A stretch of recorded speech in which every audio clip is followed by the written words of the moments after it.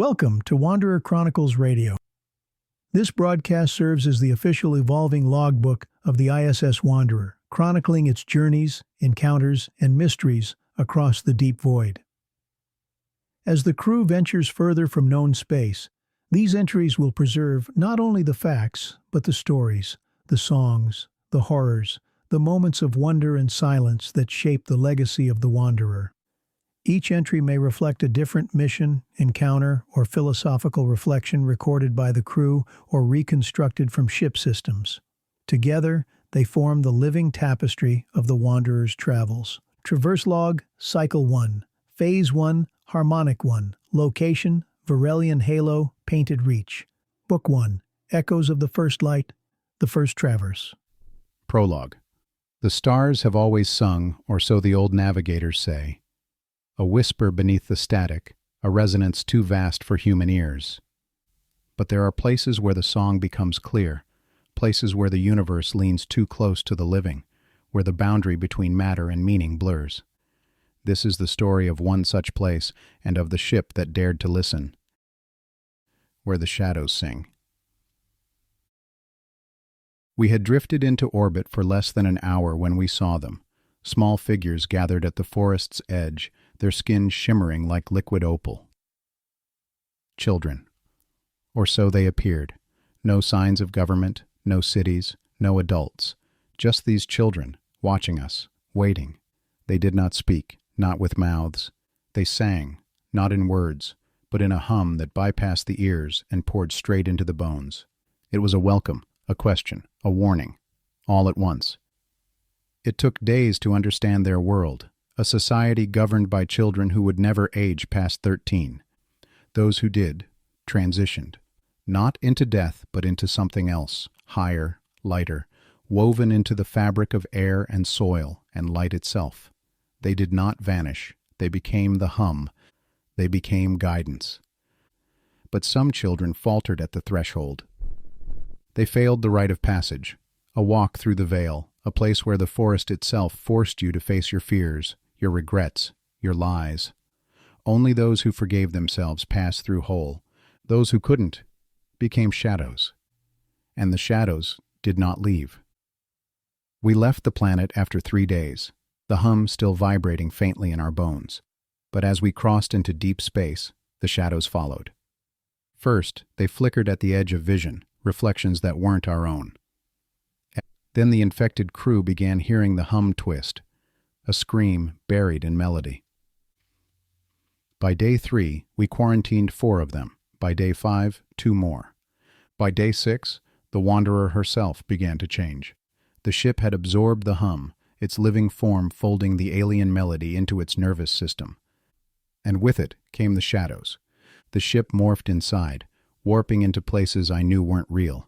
Childhood bedrooms, forgotten dreams. The affected crew became flickers themselves, lost halfway between flesh and memory. The ship was becoming the veil.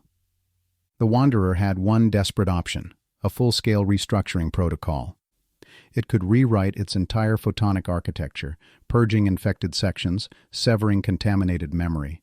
But it would cost the ship everything. Its mind, its memory, its very sense of who we were. We triggered the protocol. The ship saved us, but it forgot us. In the silence that followed, drifting in a vessel that no longer knew our names, I thought we were safe. We weren't. On the 7th day, the ship spoke, not with its normal voice, but with the voice of a child. The children had followed us, not as shadows, but as quiet guardians, singing themselves into the ship's bones. The children remembered what the Wanderer could not, and through them, the ship began to remember too, not everything, but enough. Enough to understand the nature of the shadows, failed transitions, born when fear outgrew wonder. When a child, standing at the veil, lost the ability to believe there was anything beyond the dark. The children soothed the ship's wounds. They guided the lost crew into silence. They stood between us and the abyss, not as saviors, but as reminders. You do not have to walk the veil alone. The ship shuddered once and began to run. Without command, the Wanderer accelerated beyond all safety, as though she herself feared. as though the ship had felt awe for the first time and could not bear to remain so close to the thing that had touched her. The stars smudged into streaks. Frequencies stretched into harmonics so high they shimmered just at the edge of hearing. The harmonies of the spheres, the ancient music that binds the bones of the universe. The ship climbed through them like a child climbing out of a nightmare, chasing dawn. In that silence, I remembered a passage from my own childhood, long forgotten. Become as a child, and know the universe and its secrets. I spoke the words aloud, unsure if I was praying or remembering. The Wanderer did not answer. She didn't have to. We are not the same crew who left Earth. The Wanderer is not the same ship. And the universe is far stranger, darker, and more beautiful than we ever knew. The children still sing. Somewhere between stars, they hum, they watch, they wait. We have not conquered the shadows. We have not solved the mystery, but we have faced it. And for now, that is enough. The Wanderer traverses still, higher and faster, carrying us toward whatever comes next, singing her own new song, trembling with wonder, and perhaps with fear. Epilogue. The stars sang us home, though no one on Earth would ever know the full story. We learned something out there, that courage is not the absence of fear, but the willingness to face it, to stand at the edge and take one step forward. And that wonder and terror are not opposites, but reflections. We are the Wanderer's crew, and this is our log.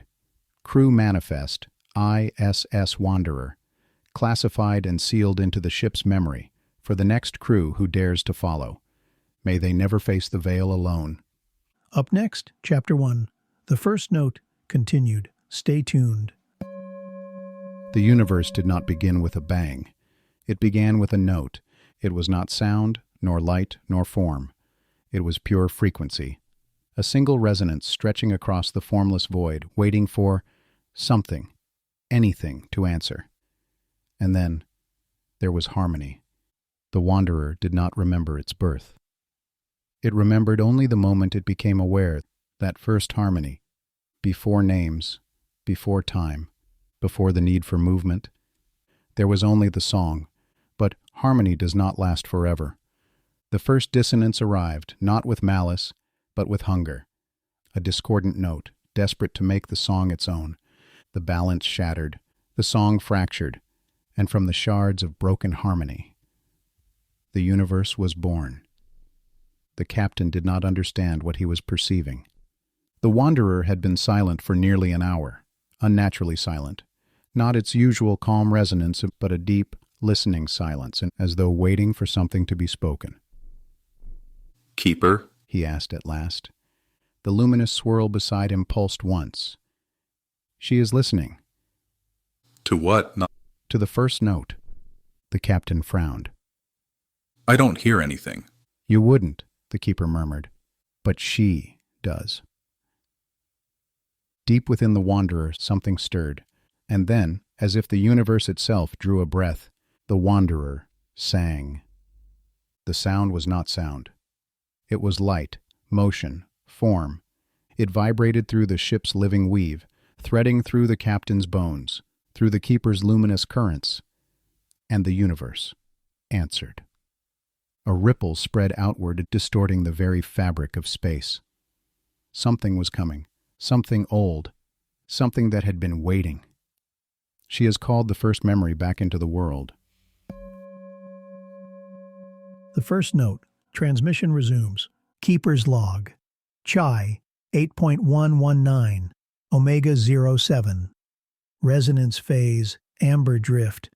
The ripple expands. Space folds like breath upon a mirror. The captain steadied himself, his voice caught. "What did she just do?" The keeper's light dimmed. She remembered. Patterns began to form within the ripple. Geometry without architecture, an archive without a key. The Wanderer leaned toward it, resonating with recognition. The captain whispered, "She's choosing this?" "She is not choosing," the keeper said. "She is answering." The archive pulsed. A call, a summons, older than stars, and then silence. heavy, waiting. The wanderer responded not with words, but with resonance. Part 3. Resonance Phase. Cold Silence. The wanderer has stirred. The first memory has returned. The captain steadied himself, voice hushed. What did she bring back? Not what. Who? Whispers across fold space, distant and strange. The wanderer's light unfurled. The crew felt pressure in their chests, as if the cosmos itself leaned closer. Then something answered. Not a ship, not a signal, but memory made manifest. A shard of the first note. The captain struggled to find words. Is it alive? It remembers. That is enough. The lattice thickened, expanding and collapsing in impossible succession. Not technology, not language, an archive. The wanderer shuddered, not in fear, but in recognition. It leaned closer. She is not following. She is remembering her place within it. For an instant, the crew glimpsed worlds unborn, stars unlit, civilizations erased before they began. It was too much to comprehend. Yet the wanderer drank it in, as if seeing her own reflection. And then it was gone. The lattice folded away. The abyss closed. Only silence remained. Where did it go? Whispered the captain. The keeper's light dimmed. Not away. Ahead. You have heard the first transmission. The wanderer remembers. The keeper bears witness. Still, we traverse. This transmission ends. New signals await, carried on the next broadcast. Stay tuned. Up next, Chapter 2, The Visitor.